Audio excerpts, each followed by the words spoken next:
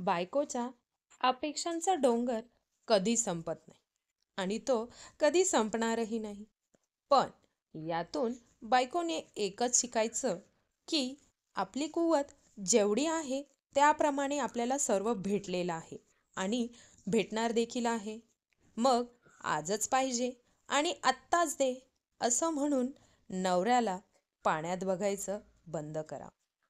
तो बेचारा एकटाच कमवत आहे. त्याला हातभार लावता येत नसेल तर त्याला खाली तरी ओढू नका. तो जसा आहे तसा तो तुम्हाला सर्व देण्याचा प्रयत्न कायम करत असतो.